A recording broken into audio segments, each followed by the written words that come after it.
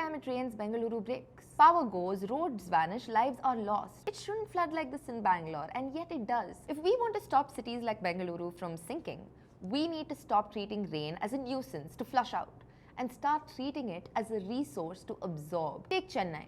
After the devastating 2015 floods, the city began restoring its wetlands, starting with temple tanks, marshes, and even floodplains. Or look at Hyderabad. The city has implemented large-scale rainwater harvesting mandates, developed stormwater zoning, and restored urban tanks. Because Bengaluru's geography isn't the problem, its amnesia is.